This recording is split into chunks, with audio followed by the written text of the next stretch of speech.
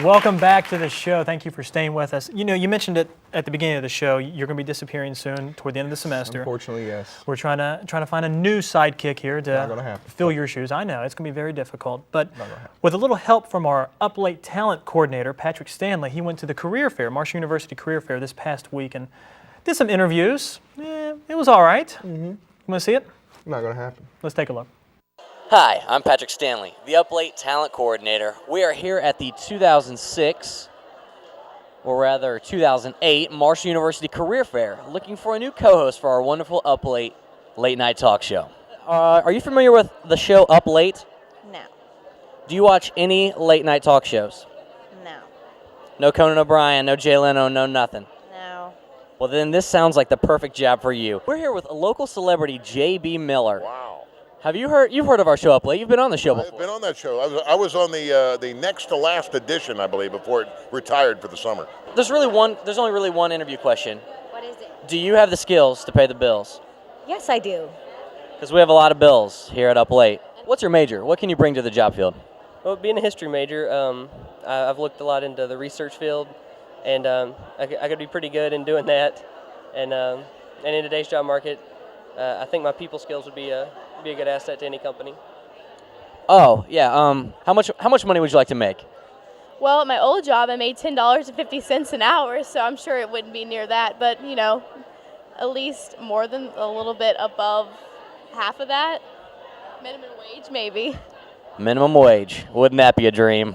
One thing that we do have to tell you about that our sponsors and our lawyers have said that we had to talk about is we do a lot of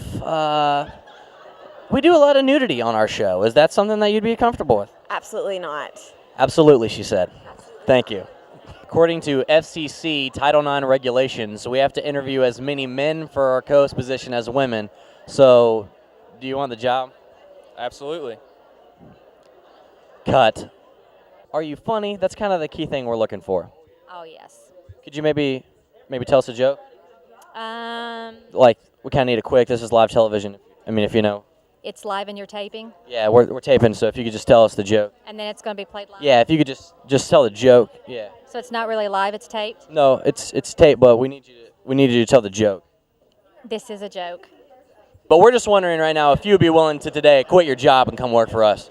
Gee, it's going to be something I'm going to have to think really, really hard about. I'd like to be able to do both, but I don't know. What's the pay? The pay is satisfaction. Listen, would you allow me to sing some of my big hits? Could I sing maybe the theme from Chico and the Man? Easily. The most important duty that we'll need a co-host to do is physically lift the host and bring him onto the stage, very much like maybe like an Egyptian queen, you know, or a pharaoh, very similar to that. Do you have the strength to be able to lift the host? Yeah, I got this. All right. All right, you ready to try it? There we have it. He's strong enough for the job. Well, Jamie, it looks as if we're done with our coverage of the 2008 Marshall University Career Fair for the day. We got a handful of great prospects. We got some cute girls. We got some burly-looking guys. And I even got picked up today, which isn't really anything new. But I just want to say one thing before I go. Thanks for asking me to be your co-host. What do you think? Not gonna happen. You like saying that, don't you? I do. I do. It's not possible, Jamie. To replace you. Right. I mean, Well, you can get somebody to sit here, but they're not going to be as good as you. Right. Not going to be you. Very good. All right. You want to move on with the show? Okay. Then might as well move on. All right. My first guest tonight is the Director of Marketing at Marshall University's Marshall Artist Series. She's here to talk about all the exciting events going on this season. Please welcome Angela Jones.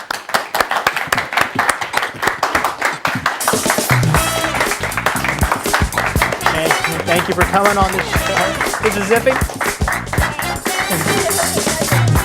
Have a seat, please. Thank you very much for coming on the show. We really appreciate it. Thank you. I'm excited. I was wondering when you were going to ask me to be on the show. You've helped us out a lot. I want to let everyone at home know that the Artist Series, anytime you all have somebody in there, you always throw our name in as media credentials to interview them, and it never happens, but that's okay. Anyway, I know you do. Well, let's talk about it. I mean, Jim Gaffigan here in a few weeks. That's going to be a huge event to start your series off. Exactly. Yes, he's coming Wednesday, October 1st, and he's kicking off our 72nd season of the Artist Series.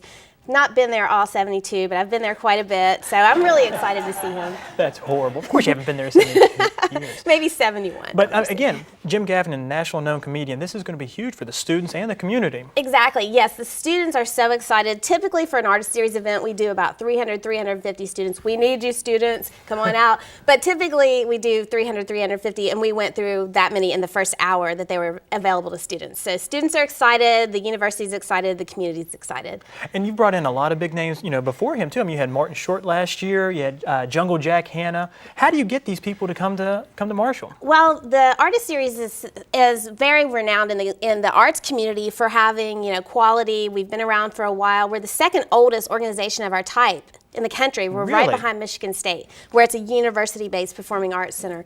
So we're known, but Penny Watkins is our executive director, and she goes to arts conventions and is knowledgeable with agents, so she really has a lot of influence as well. She does all the legwork to bring them here. That's Exactly. Well, who have you got in the past few years that you thought, I cannot believe this act is actually coming to Huntington to perform?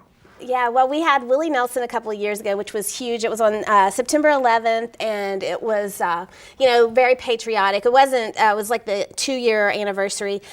We also did Bill Cosby. He did 2 shows, and the students were very excited about that. And Bill Cosby actually used my cell phone to call Rocco's and order takeout, so we're tight. There you go, exactly. He calls you every now and then. Yeah, just to check in. Penn and Teller, I think that's something else you brought up. I mean, that's huge. Now, do you do all the events at the Keith-Albee, or I know you some of them at the Big Sandy Superstore Arena? The Keith-Albee is really the home of the artist series, but sometimes it just can't accommodate all of our events. We have an event coming up in November. It's Kool and the Gang. It's a dance party. There's going to be 3 stages. The entire floor of the Big Sandy Superstore Arena is going to be stages or dance floors. So it's going to be a really great, different kind of event for the artist series, but something very fun nonetheless. Oh, absolutely. But the Keith-Albee, though, I mean, what a venue to have acts. And what do they say about the venue? Do they love the Keith? All the artists walk in. It's great to see, a renowned artist come in and go, wow, this is here, this hidden gem in Huntington, West Virginia. But it's also equally exciting to have the kids who are on the Broadway tours come in. They're used to playing brand new performing arts centers. They come in and see this 1929 building.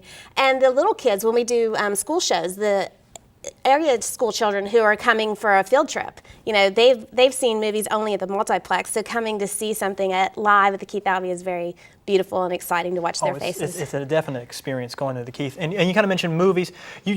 You don't just do live acts. There's also film festivals you have in the fall and the springtime. Right. The Artist Series does 2 international film festivals a year. We do 6 films in the fall, 6 films in the spring, and it's a mix of international films, critically acclaimed films, and sometimes independent films or documentaries. And you've been mentioning, I mean, you kept on saying students, but other people, not just Marshall students, can go to these shows. Where do you get tickets? I mean, this is somewhere local? People can call the Marshall Artist Series and pick up tickets. We have season ticket holders, many of who've been ticket holders for 35, 40 years. But also we have new patrons and Marshall students, when they graduate, we hope that they come and become patrons as well. So they can call our office, 696-6656. They can go to our website, marshallartistseries.org, or give us a call. Man, you're just publicity all over the place. You love it, don't you? It's my job. Angela, thank you for coming on the show. Thank you. Very good. Angela Jones, everyone. Thank you very much. We'll be right back with Traci Ann Stanley.